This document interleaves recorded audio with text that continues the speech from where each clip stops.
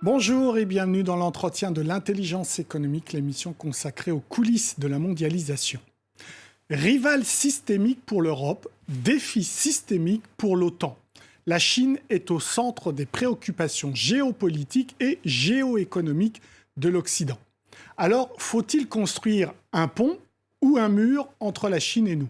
Mon invité a clairement choisi de tendre la main aux Chinois. David Bavraz est essayiste et investisseur installé à Hong Kong. Il publie aux éditions Le Passeur un ouvrage intitulé « Chine-Europe, le grand tournant ». Bonjour David Bavraz. Bonjour. Alors là, vous avez décidé d'une structure un peu fictionnelle. Vous avez décidé d'écrire une rencontre imaginaire entre le président Xi Jinping et 5 Européens. Pourquoi la fiction ? Vous savez, quand on parle de la Chine, en général, on est tout de suite catégorisé. Soit on est anti-chinois, soit on est pro-chinois. Et en fait, ce que je voulais, c'est décrire cette rivalité systémique et faire en sorte que chacun des deux camps, entre guillemets, puisse exposer son système en montrant les forces et les faiblesses. Et toute l'idée pour nous, Européens, c'est de mieux connaître la Chine. Donc vous allez dire, on va lui tendre la main, mais surtout, je voudrais qu'on lui tourne notre œil, histoire de comprendre ses forces et ses faiblesses, quitte à exploiter les faiblesses de la Chine, parce que la Chine a des forces, mais elle a aussi de nombreuses faiblesses. Alors vous êtes depuis Hong Kong un observateur de ce qui se passe en Chine. Voilà, je suis investisseur à Hong Kong depuis une dizaine d'années, et donc j'ai vu le pays évoluer, et j'ai vu comment, surtout, on a un manque de connaissances incroyable. Vous avez 70 millions de Chinois diaspora qui vivent en Occident, et nous ne sommes que 600 000 Occidentaux. Ouais. Donc là, pas seulement les Européens, je mets les Américains, à vivre dans ce qu'on appelle le mainland, donc la Chine continentale. Donc vous imaginez, on a un déficit de savoir de 1 à 100. Les Chinois sont 100 fois plus à regarder ce qui se passe chez nous que nous regardons ce qui se passe chez eux. Donc c'est pour ça que je dis qu'il faut s'y intéresser. Alors donc, ça commence par le dialogue avec un Français. Et alors là, vous nous montrez un Xi Jinping plus libéral que les néolibéraux américains. Alors en fait, oui, il y a 5 dialogues successifs. Il y a un politologue français. Ouais. Et ça commence pas très bien parce que Xi Jinping dit qu'un pouvoir fort, c'est bien mieux qu'une démocratie. Ensuite, une sociologue italienne où on voit comment cette jeunesse chinoise a un mode de vie qui est complètement différent du nôtre. Consommation frénétique, ce que vous Absolument. montrez. Et puis une vie virtuelle, qui est un truc pour nous inimaginable. Il y a ensuite l'anglais. Voilà, un politologue anglais, donc un grand lord. On parle de Hong Kong et des routes de la soie avec lui. Et puis de la paix froide entre les États-Unis et la Chine. Et puis ensuite, il y a un grand patron allemand. Alors lui, c'est le grand industriel qui explique comment la Chine, de temps en temps, gagne, mais comment elle perd aussi. Les semi-conducteurs, les logiciels, ils ne savent pas faire. Et puis, dernièrement... Le Suédois. Le Suédois. Alors, le Suédois, c'est l'investisseur, donc c'est un peu ce que je fais, le venture capitaliste, et qui dit ils vont digitaliser tous les services et nous surprendre dans les 10 prochaines années, comme ils nous ont surpris dans le manufacturing dans les 10 dernières. Alors, ce qui est marrant, c'est que les 3 premiers dialogues, c'est essentiellement des Européens qui posent des questions à Xi Jinping, où ses réponses sont beaucoup plus longues. Et dans les 2 derniers, on sent, donc avec l'allemand et avec le suédois, on sent Xi Jinping beaucoup plus intéressé par les réponses de ses interlocuteurs. Oui, alors vous avez parfaitement perçu la dynamique du livre. Parce qu'en fait, le début, il faut dire au lecteur, le début, ça commence pas très bien. Parce que la Chine dit on n'a pas besoin de l'Europe.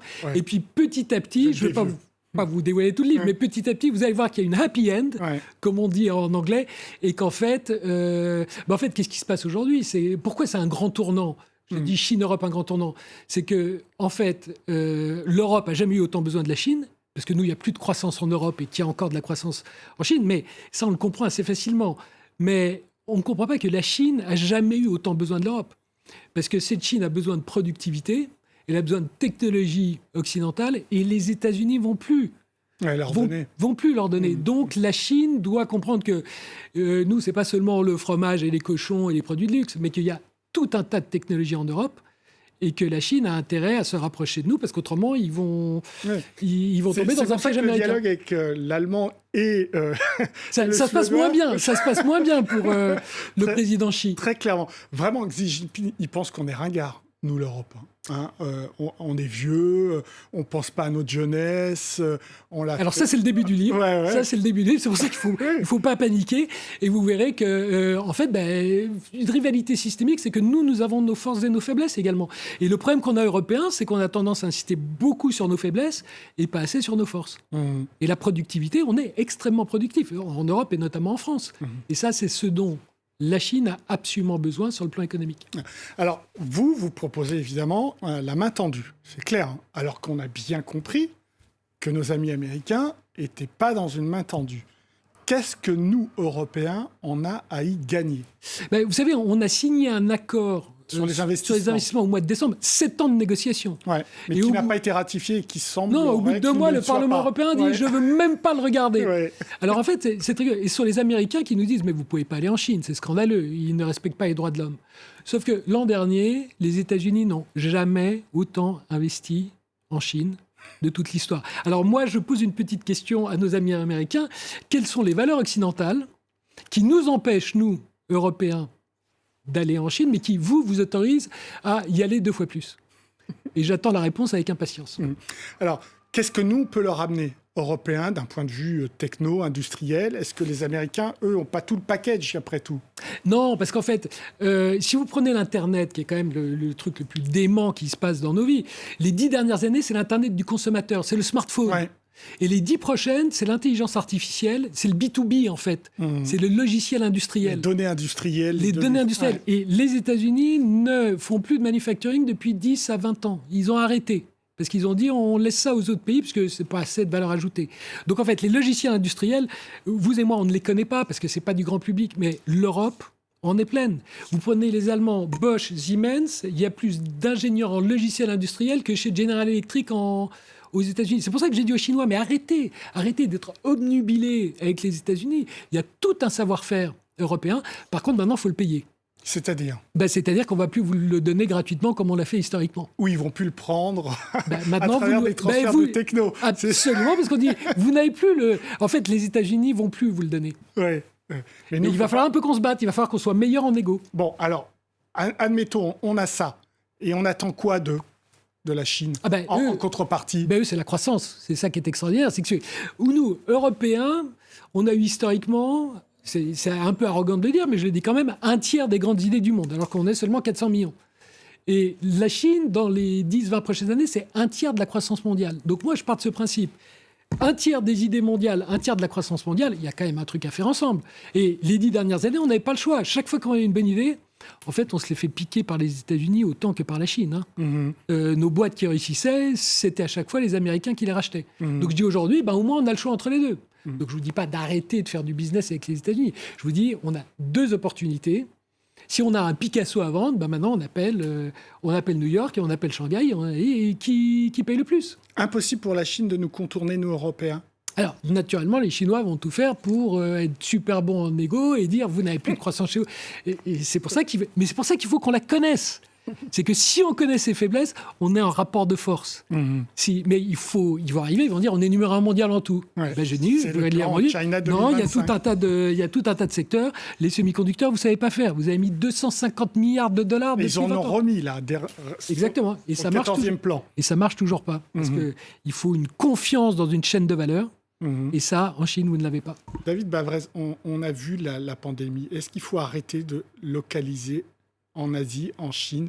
Il faut relocaliser en Europe pour être fort vis-à-vis de la Chine? Non, alors moi, je veux dire, je vis à Hong Kong. On n'a jamais été confiné. Et on a, au jour d'aujourd'hui, on a pour 7 millions d'habitants, l'équivalent, en France, ce serait 2000 morts pour une population française. Donc nous avons à apprendre de l'Asie. Et ce n'est pas seulement de la Chine.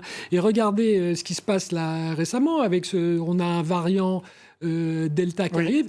Et vous voyez que d'Australie, de Singapour, de Taïwan, de Bangkok, nous avons, Européens, des leçons à prendre sur comment prendre les bonnes mesures face à un phénomène qui est exponentiel. Il faut prendre des mesures très dures dès le début. Et c'est là où je dis, on a aussi à apprendre de l'Asie. Et on ne la regarde pas assez, nous, vue d'Europe. Mais on a aussi une réflexion sur notre résilience. Quand 80% de nos principes actifs de médicaments sont fabriqués en Asie, ça pose un problème. On est d'accord. Ce qu'il faut, c'est qu'on se répartisse les rôles. Vous voyez, on ne peut plus. Les industries intelligentes de demain, prenez les semi-conducteurs, il n'y a personne qui fait tout. Il n'y a personne qui fait de A à Z.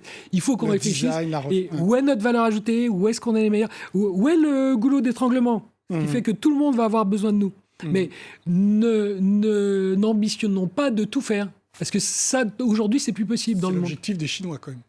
Non, mais maîtriser. Vous voyez, le monde est global, donc les solutions sont globales. Prenez l'environnement. Non, mais prenez l'environnement, c'est intéressant. Moi, c'est une question qui me fascine, j'ai pas la réponse. Vous savez, on a un objectif de neutralité carbone. Donc nous, en Europe, c'est 2050. La Chine, c'est 2060. Donc a priori, c'est super bon. On a 10 ans d'avance. En réalité, si vous comparez au pic d'émissions, nous, Européens, le pic d'émissions, c'est 1990.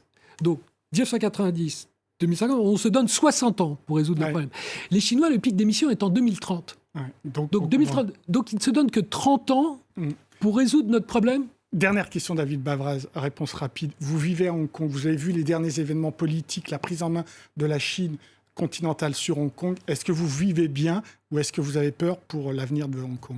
Alors moi, ma grande leçon européenne, c'est que j'ai compris quelque chose que je n'avais pas compris, c'est que la liberté, elle ne s'hérite pas, elle se conquiert. C'est ce que Malraux disait de la culture. Et donc j'ai toujours vécu en héritier en pensant que par définition, j'aurai la liberté jusqu'à la fin de mes jours. Et je vois à Hong Kong que ça peut être très différent parce que les Chinois ont une vision différente. La liberté, pour eux, ils peuvent la saucissonner. Ils disent, si je vous enlève votre liberté individuelle, il y aura plus de liberté économique et le pays pourra mieux se développer.